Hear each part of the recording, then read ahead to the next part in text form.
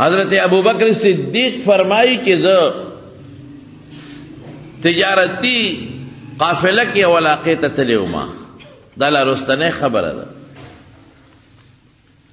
دا د پیدایش نه وروستو خبره ده. پخوانو کتابونو کې د نبی علیہ السلام مبارک اوصاف پراته دي، صفتونه پراته دي. په خپل بخاری حدیث ته چې د ما صفتونه په پخوانو کتابونو کې پراته دي. قرآن شریف کې چې الله تعالی فرمایي چې دا آیتونه د قرآن دی پټای یهودیان یادوي، نو علماء هغې نه هغه خبرې مرادي دي چې کومې خبرې د پیغمبر علیه السلام په شان کې په پخوانو کتابونو کې راغلي دي.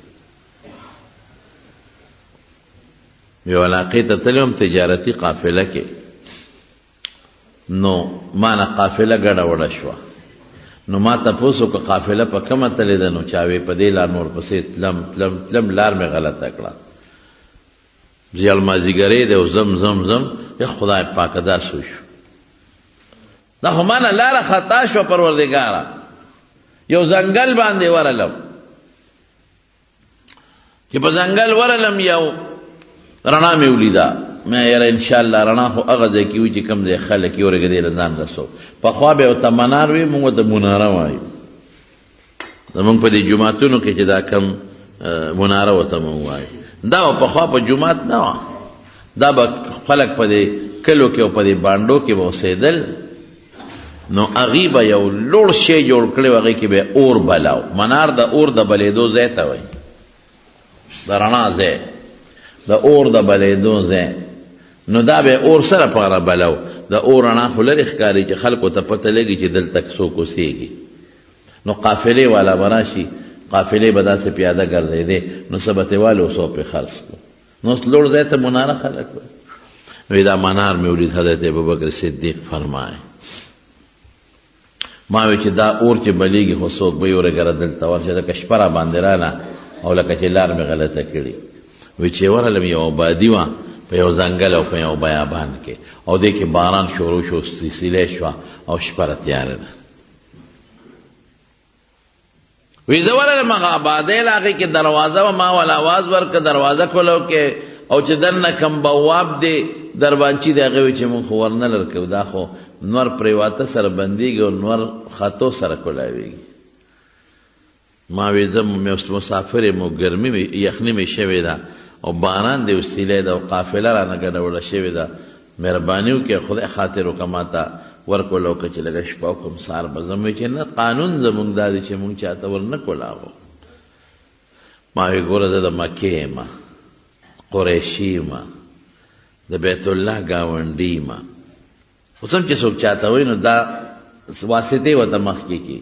وی یو سړی راغی چې د ما دا خبره یې اورېده، نو دا هغه محل نما ځای چې هغه کوم آبادي وه، هغې نه داسې ما ته ښکته وکته.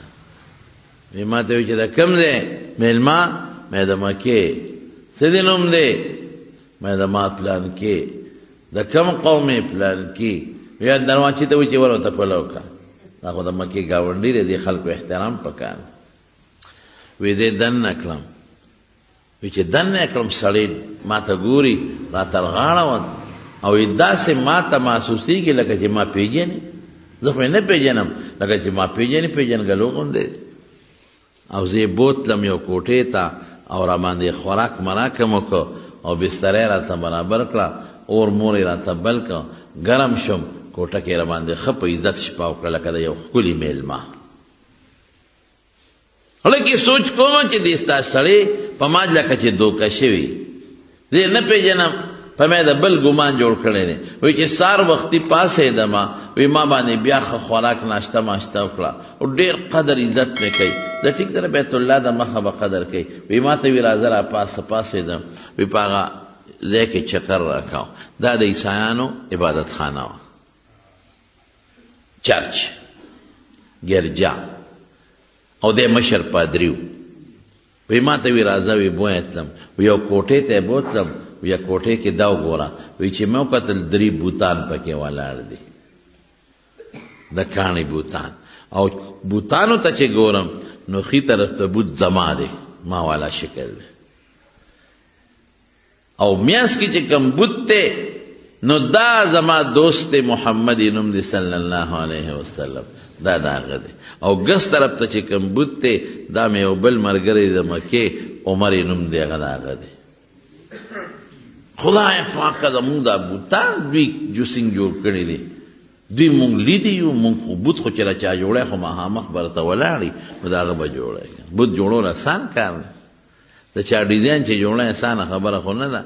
که لږ معمولي په پوزه کې غټه وړه شي شکل بدل شو، که لږ سترګه وړه غټه شي شکل بدل شو، که رنګ کې لږ تبدیلی راشي شکل بدل شو، که مخ نری غټ شي شکل بدل شو. دا څنګه زموږ شکلونه جوړ کړي دي، دا څه مسله ده؟ خوبي نه م کوي ښه ده.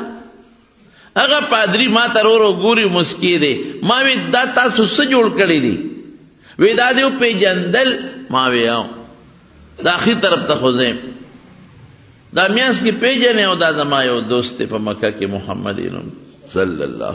دی وخت کې رسول الله مبارک ته نبوت نه دی مل، او دا ګس طرف ته پیژنې او دام زمونږ ګاونډي رو دوست دی عمر نوم دی.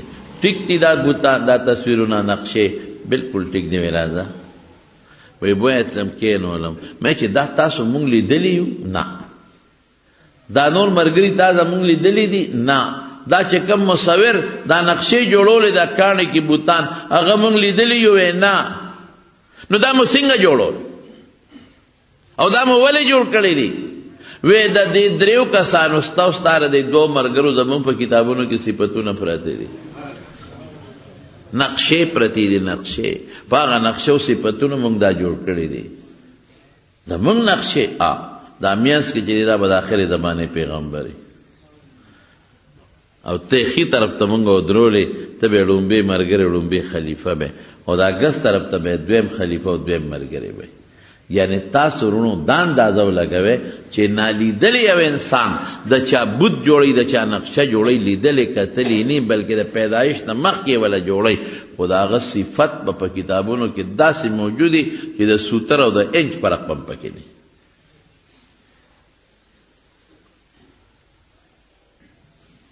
رسول الله مبارک له خو الله ډېر لوی شان ورکړی دی. حضرت عیسی علیہ السلام زیر ورکی ومبشرا برسول یأتی من بعد اسمه احمد، زیر در کوم چې مانا پس به یو پیغمبر راځي نوم به احمدی. او یوازې دا نه، رب العالمین د ټولو پیغمبرانو نه وعده اخلي. وإذ أخذ الله ميثاق النبيين لما آتيتكم من كتاب وحكمة ثم جاءكم رسول مصدق لما معكم لتؤمنن به ولتنصرنه. هر پیغمبر نه خدای وعده غشتره که ستا په وخت کې د آخر زمانه پیغمبر راغی ایمان بام پر راوړې مدد به هم کې. لوی شان والا شخصیت ته سه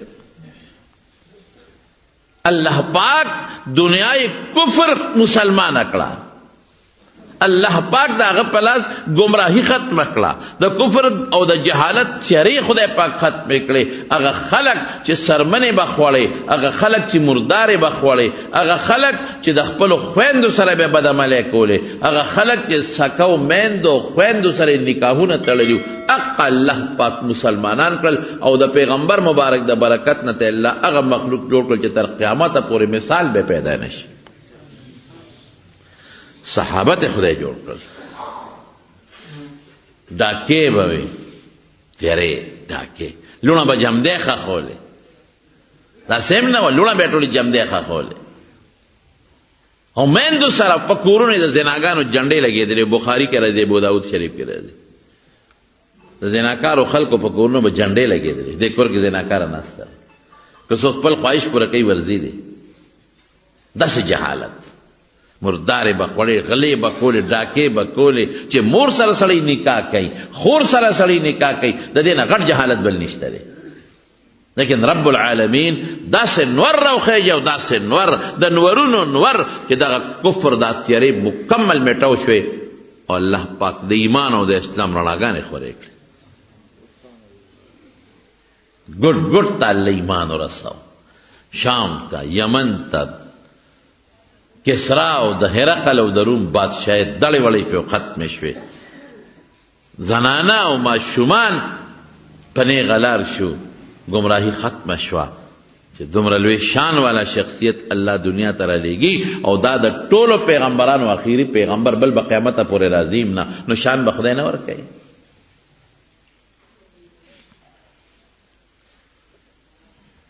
یو سفر کې حضرت ابوبکر صدیق رضی اللہ تعالی عنہ وی په یو سفر کې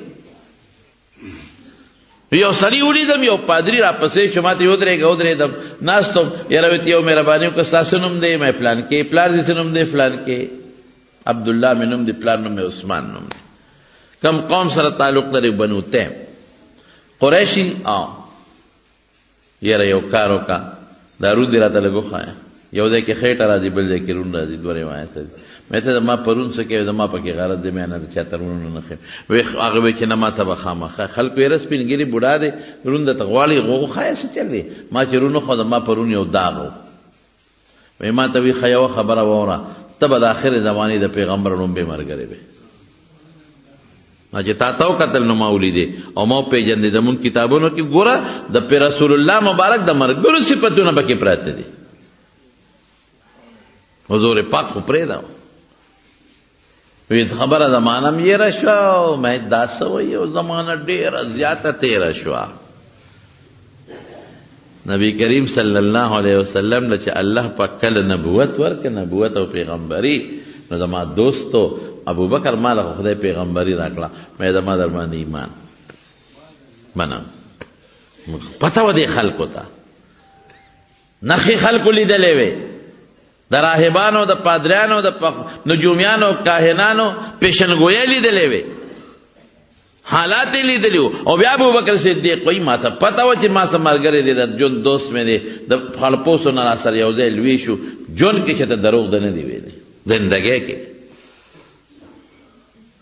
د خدای پاک ساتلی بالکل منم نبوت مې دی ومنو بې دلیله مې ومنه هسې یو تپوس ته نه کوم چې څه دلیل شته در سره دلیل د وجه ایمان نه ایمان خو مې در باندې راوړو دلیل شته در سره یو شته څه دلیل دی وی پلان کې علاقه کې چې پادري دی له پرون د پاسه کم تور داغ کتلی دغه مې دلیل دی